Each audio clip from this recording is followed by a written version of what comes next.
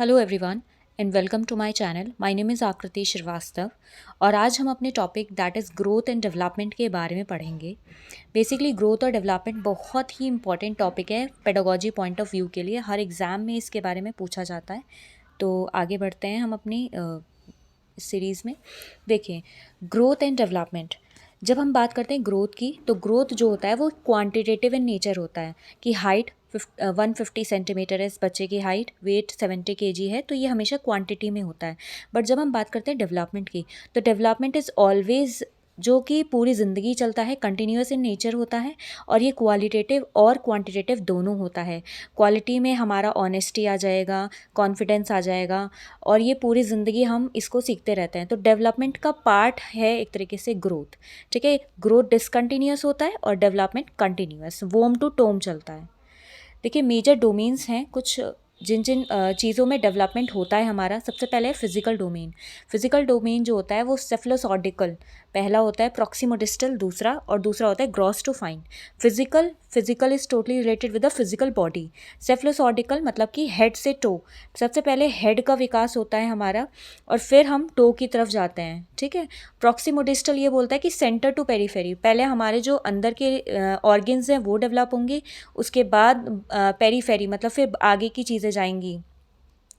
Next है gross to fine. Gross मतलब कि पहले हमारी बोलते हैं बड़ी मांसपेशियाँ हैं, बड़ी हड्डियाँ होती हैं, वो पहले काम करना शुरू करते हैं। जैसे हम लोग भागना पहले शुरू करते हैं और फिर लिखना बाद में।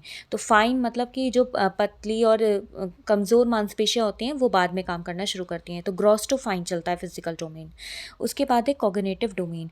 Cognitive is related to the intellectual की बात जब हम करते हैं, दिमाग की बात करते हैं, ब्रेन की बात करते हैं, तो वो होता है हमारा कॉग्निटिव डेवलपमेंट। कॉग्निटिव हमारा लैंग्वेज और लॉजिकल थिंकिंग हमारे लेफ्ट ब्रेन में होती है और क्रिएटिव और ड्राइंग वगैरह हमारे राइट ब्रेन में होती है। तो जो भी इंसान बोलता है ना कि क्रिएटिव बहुत है, तो उसका राइट ब्रेन ज़्यादा वर्क करता है इन कंपेरिजन टू अदर। ठीक है, नेक्स्ट होता है सोशल डेवलपमेंट। सोशल डेवलपमेंट, देखिए सोशल डेवलपमेंट जो होता है वो हमारे जो बाहर का इन्वामेंट है, सोसाइटी का जो इन्वामेंट है उसको लेकर के होता है। इंटरेक्शन विद सोसाइटी, जैसी आपकी सोसाइटी होती है आप वैसे ही बन जाते हैं। हमारे एक महान साइकोलॉजिस्ट वॉटसन ने भी बोला है कि आप मुझे एक छोटा बच्चा दे दो, मैं उसको चोर डाकू सब बना दूंगा। तो वो उन्होंने ये ऐसी चीज़ इन्वायरमेंट को देखते हुए ही बोली है कि हमारे जैसे सोसाइटी होती है हम वैसे ही बन जाते हैं, चाहे वो चोर हो, चाहे वो डाकू हो, चाहे वो इंजीनियर हो, चाहे वो डॉक्टर हो। आपका चारों तरफ का इन्वायरमेंट, आपकी सोसाइटी कैसी है उसका बहुत प्रभाव पड़ता है। और मॉरल डेवलपमेंट के आपके मोरल्स कैसे हैं, प्रिंसिपल कैसे हैं, आपके नॉर्म्स कैसे हैं, तो ये सब हमारे सोशल डेवलपमेंट के अंदर आता है। नेक्स्ट है इमोशनल डेवलपमेंट। देखिए, इमोशनल इंटेलिजेंस पे जिसने काम कर लिया है वो बेसिकली वो अपनी बॉडी को कंट्रोल कर सकता है। Emotions are the colours of life. Robots के पास इमोशंस ही नहीं होते, तभी वो जो भी चीज़ें हैं वो इमोशनली नहीं सोच सकते।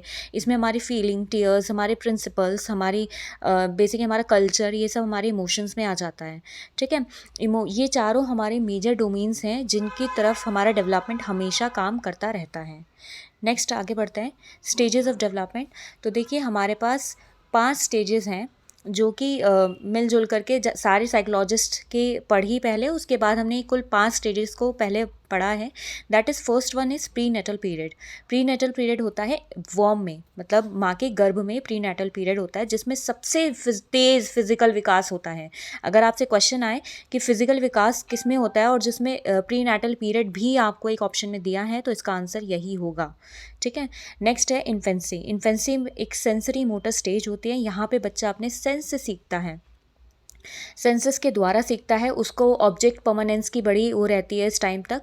ठीक है, 2 साल तक वो और अपने सेंस के थ्रू ज़्यादा चीज़ों को समझता है। जबकि हम उसको बोलेंगे कि आप आँख को मत छुओ, आँख को मत छुओ, बट जब तक वो छू के नहीं देखता तब तक उसके अंदर एक तरीके से जानने की इच्छा रहती है। तो ये हमारे इन्फेंसी पीरियड में होती है। नेक्स्ट है अर्ली चाइल्डहुड। अर्ली चाइल्डहुड 2 से 6 के साल के बीच की होती है और इसे हम एक तरीके से प्लेवेस एज और प्री स्कूल एज भी बोल सकते हैं। यहाँ पे हमारे पास थिंकिंग आ जाती है, बट लॉजिकल थिंकिंग नहीं आती है बच्चों में। ठीक है, अर्ली चाइल्डहुड में फिर हमारा जिसे प्लेवे एज भी बोला गया है, बच्चा यहाँ पे खेलता है, सीखता है और यहाँ पे लैंग्वेज डेवलपमेंट भी होता है बच्चे का। ठीक है, इस पीरियड में। नेक्स्ट है आपका लेटर चाइल्डहुड होता है 6 से 12 वर्ष की अवस्था को हम लेटर चाइल्डहुड बोलते हैं। इस एज में बच्चा स्कूल एज करता है और अपने आप को बहुत तेज़ दिमाग वाला समझता है। इस टाइम पे गैंग एज बोला गया है कि वो अपनी गैंग बनाने लग जाता है, अपने लोगों को फ्रेंडशिप बनाने लग जाता है। ठीक है, अब यहाँ पे देखिए फिजिकल डेवलपमेंट भी रुक गया है और लैंग्वेज डेवलपमेंट भी थोड़ा कम हो गया, बट यहाँ पे आपकी जो मांसपेशियाँ हैं वो मतलब मोटर डेवलपमेंट सबसे तेज़ी से होता है लेटर चाइल्डहुड में। यहाँ मांसपेशियाँ मजबूत हो रही होती हैं बच्चे की। तो ये 6 से 12 वर्ष तक होती है। एडोलेसेंस जो एज है वो 12 से 18 तक की एज होती है, जिसे हम बोलते हैं स्ट्रेस एंड स्टॉर्म की एज। स्टैनले हॉल इस एज के फादर कहे गए हैं और इस एज में बच्चे को आइडेंटिटी क्राइसिस भी होता है। स्ट्रेस एंड स्टॉर्म की तो एज होती ही है ये, उसके बाद ट्रांसफॉर्मेशनल एज भी कही जाती है। तो that's all for today. Thank you. अगर आपको मेरी वीडियो अच्छी लगी हो तो please share, like and subscribe कर दीजिएगा। Thank you.